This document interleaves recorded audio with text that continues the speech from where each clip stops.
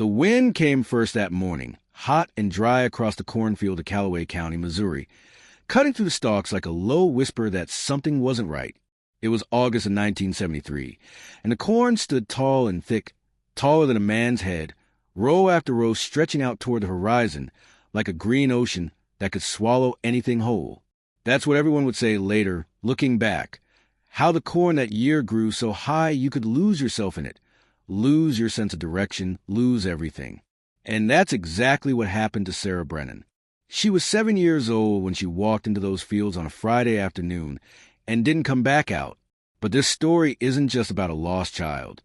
It's about what 300 people will do when fear takes hold of a small town, about a farmer everyone had written off as strange and useless, and about a dog the size of a small horse that nobody believed in until it was too late to ignore. If you've ever wondered what a community really looks like when it's tested down to its bones, stay with me, because what happened in those 4 days changed Callaway County forever. And before we go any further, drop a comment below and tell me, have you ever been lost in a place so big you couldn't see your way out? I want to hear your stories. Sarah Brennan disappeared on a Friday at 4:30 in the afternoon. Her mother, Linda Brennan, had sent her out to the edge of their property to check the mailbox, a rusted metal box on a post about 200 yards from the house, right where their gravel drive met County Road 18. It was a simple errand, the kind farm kids did every day without thinking twice. Sarah was a careful child, quiet and obedient, the kind who always came straight back when called. But that afternoon she didn't come back at all. Linda waited 10 minutes, then 15, then walked out the road herself, calling Sarah's name into the wind. The mailbox was open, empty. The mail sat in a neat stack on the ground beside the post, as if Sarah had set it down for just a second. But Sarah herself was gone. Linda's voice got louder, sharper, edged with the kind of panic that starts in your gut and climbs up through your chest. She ran back to the house and called her husband, Frank, who was out in the equipment shed greasing the combine.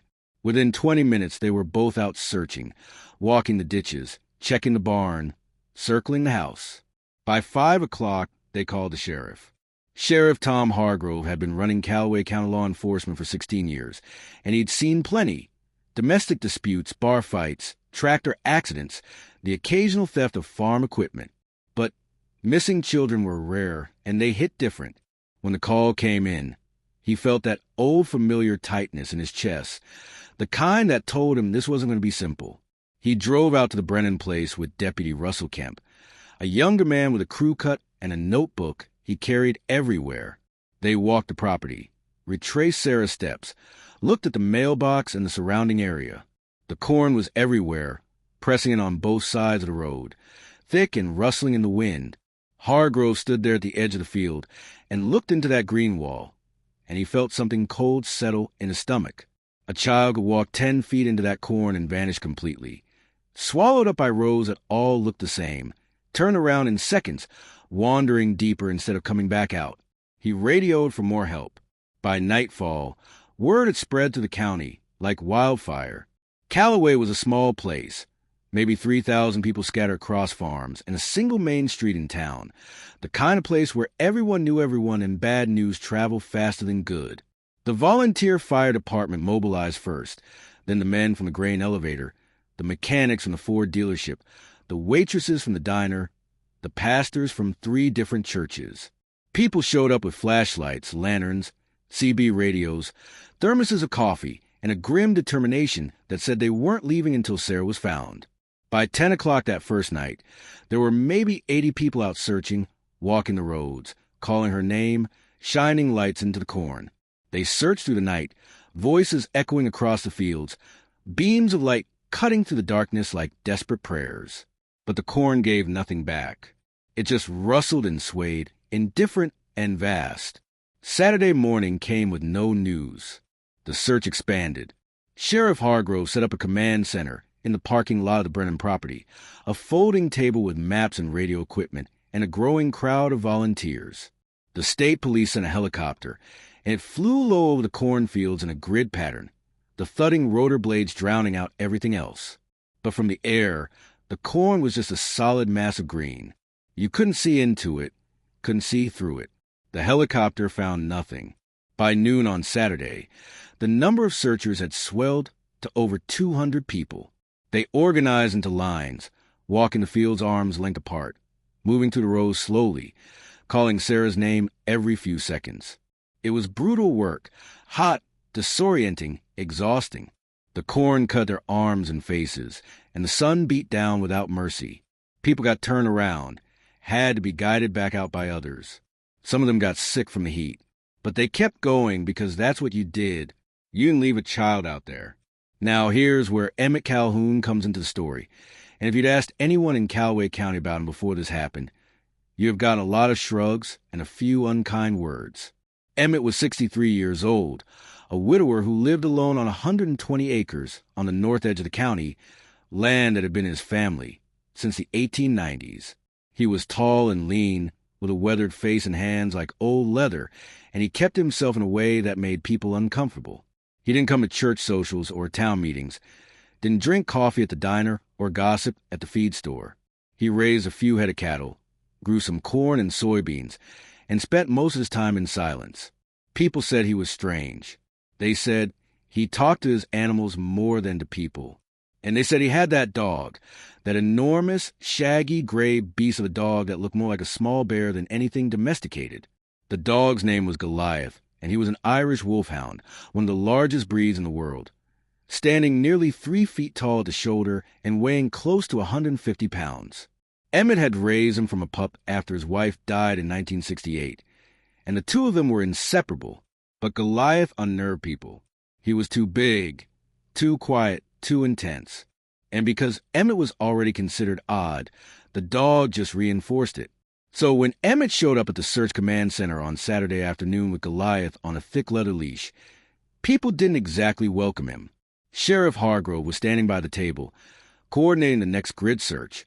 When he saw Emmett walking up, the big dog moving alongside him like a shadow. Hargrove frowned. "Emmett," he said, nodding, "didn't expect to see you here." Emmett's voice was quiet, gravelly from disuse. Heard about the girl, thought maybe Goliath could help. Hargrove glanced at the dog, then back at Emmett. "We've got search teams in the fields, Emmett. We're doing everything we can." "I know," Emmett said, "but Goliath's got a nose on him. He's tracked wounded deer through 10 miles of timber. If the girl's out there, he can find her." There was a pause, uncomfortable and heavy. A few of the other volunteers were watching now, and you could see the skepticism on their faces. One of them, a man named Dale Pritchard who ran the hardware store, spoke up. "With all due respect, Emmett, we don't need some oversized mutt getting in the way. We've got trained people doing this right." Emmett didn't rise to it. He just looked at Dale with those calm, tired eyes. "You've been searching for a day and a half and found nothing. Let me try." Hargrove chewed on that for a moment. He didn't have anything against Emmett, but he also didn't want to give false hope or waste time. Still, something in the old man's voice, something steady and sure, made him hesitate. "You really think that dog can do this?" "I know he can," Emmett said. Hargrove sighed and nodded. "All right, you can join the search, but you stay with one of the teams, and you don't go off on your own." "Understood." Emmett nodded once. "Understood." But here's the thing. Emmett didn't plan to follow anyone else's lead. He'd seen how the search teams were organized, walking in straight lines, calling out, moving methodically but without any real direction. He knew the land better than any of them. He knew how the wind moved across these fields, how the corn grew in patterns that could confuse you, how water drained toward the low spots. And he knew Goliath. So when the team he was assigned to headed off toward the southwest section, Emmett waited until they were out of sight, then turned Goliath toward the northeast, toward the old creek bed that ran along the back edge of the Brennan property, and into the deeper fields beyond. He knelt down beside the dog, held out the small pink hair ribbon that Sarah's mother had given him. She grabbed it from Sarah's room, desperate for anything that might help, and let Goliath take in the scent. The dog's nose twitched, his massive head lowering as he breathed deep. Then his ears pricked forward, and he looked up at Emmett with those dark, intelligent eyes. Emmett unclipped the leash. "Find her, boy," he said softly, and Goliath took off. Sunday came and went with still no sign of Sarah. The search effort had grown to nearly 300 volunteers now. People coming from neighboring counties, church groups, veterans organizations, farm co-ops. The media had picked up the story. Radio stations out of Kansas City and St. Louis were broadcasting updates, and a TV crew from Columbia showed up to film the search. The Brennan family was holding on by a thread. Linda hadn't slept, hadn't eaten. Frank was barely holding himself together, his face gray with exhaustion and fear. The town was gripped by a kind of collective desperation, the kind that makes people pray harder, work harder, hope harder. But the corn kept its secrets. Teams walked miles through the fields, finding nothing but trampled stalks and false leads. The helicopter flew grid after grid. Search dogs from the state police came in, but the scent trails went cold in the heat and the wind. People were starting to whisper things nobody wanted to say out loud, about how long a child could survive in those conditions, about dehydration and heat stroke, about the possibility that they might not find her alive. And through it all, Emmett Calhoun and Goliath were out there alone, moving through the fields like ghosts, following a trail no one else could see. Emmett didn't come back to the command center that first night, or the second. People noticed.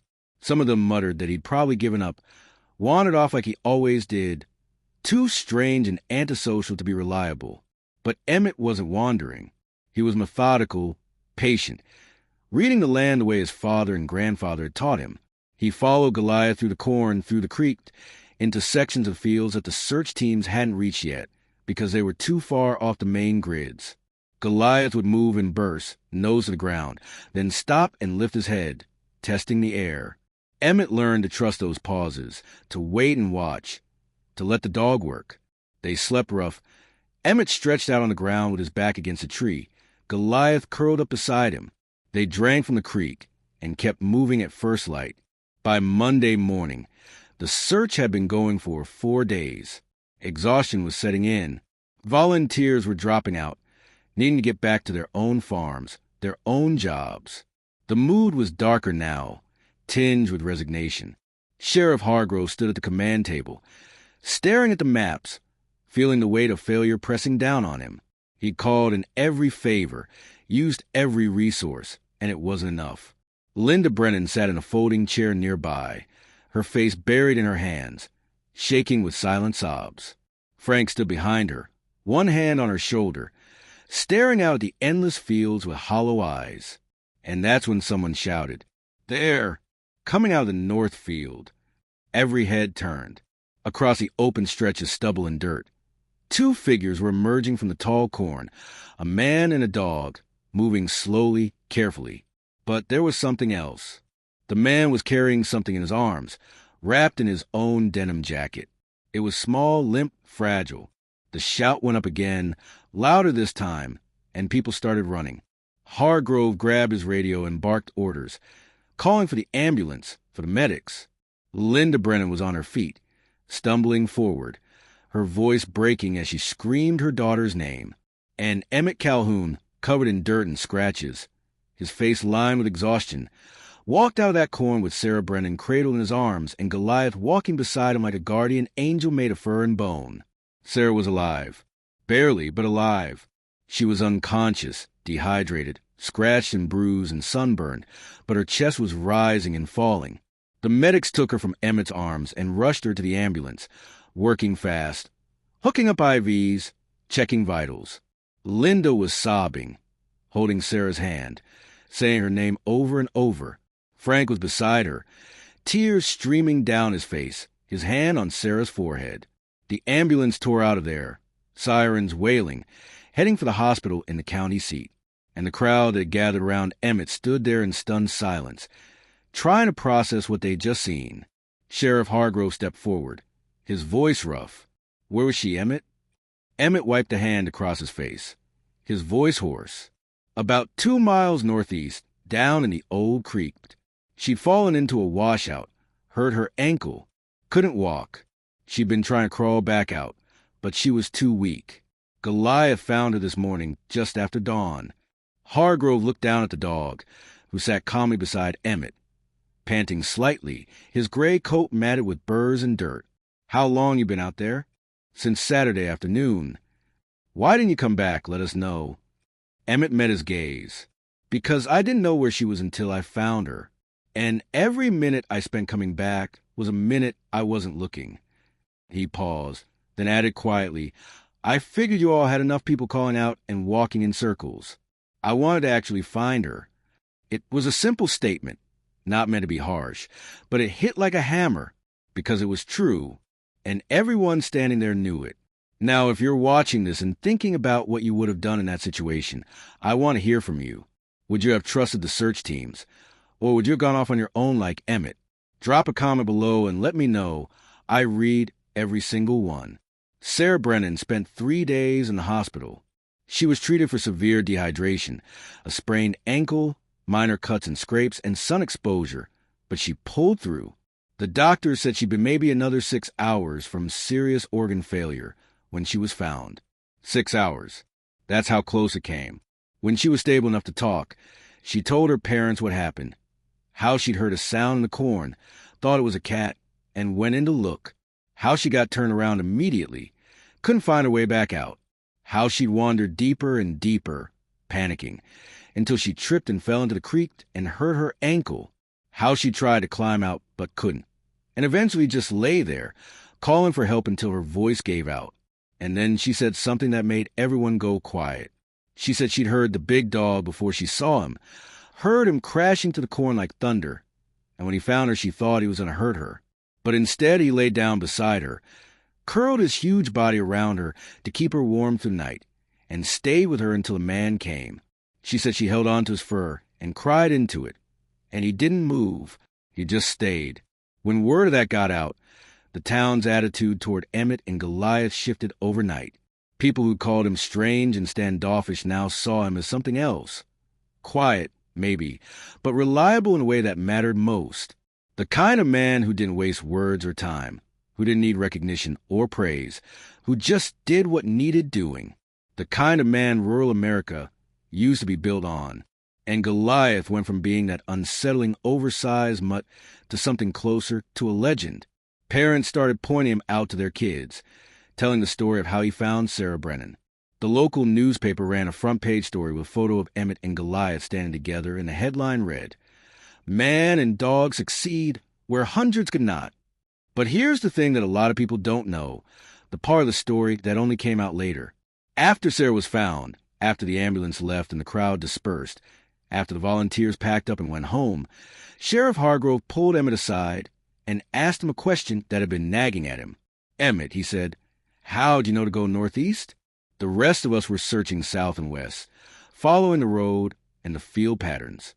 But you went the opposite direction. Emmett was quiet for a long moment, stroking Goliath's head. Then he said, 5 years ago, my wife got lost on the same property. It was early evening. She'd gone out walking like she always did, and she didn't come back. Took me 4 hours to find her. She'd gotten turned around in the corn, just like Sarah, and ended up down by the creek. After that, I walked every inch of this land, mapped it in my head, figure out all the places someone could get lost. When I heard Sarah was missing, I knew where to look, because I'd already lived through it once. Hargrove didn't say anything. He just nodded slowly, understanding something he couldn't quite put into words.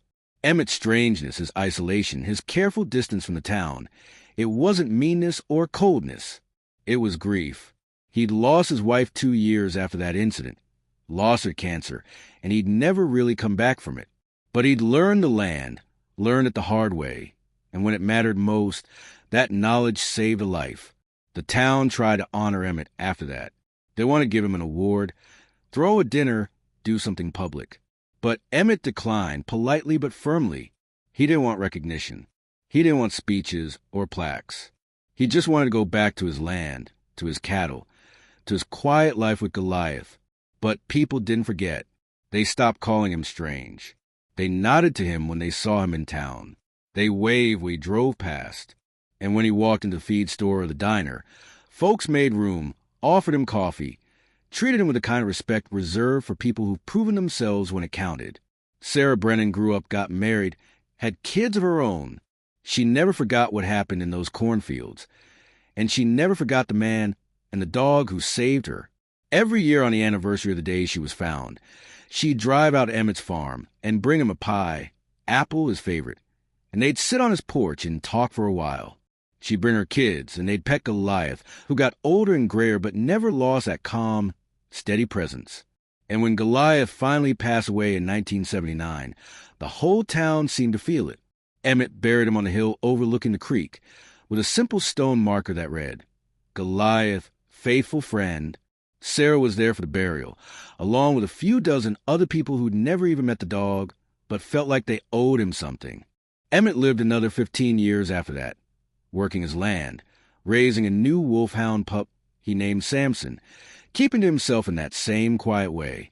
When he died in 1994, his funeral was held at the Methodist church in town, and it was standing room only. People came from all over the county, people who barely knew him, people who just remembered the story. And Sarah Brennan gave a eulogy. She stood up in front of that church, her voice steady, and she said, Emmett Calhoun taught me something when I was 7 years old, even though I didn't understand it at the time. He taught me that the loudest voices aren't always the most important ones, that the people who do the real work don't always need to be seen doing it, and that sometimes the ones everyone overlooks are the ones who matter most. She paused, looking out at the crowd. He saved my life.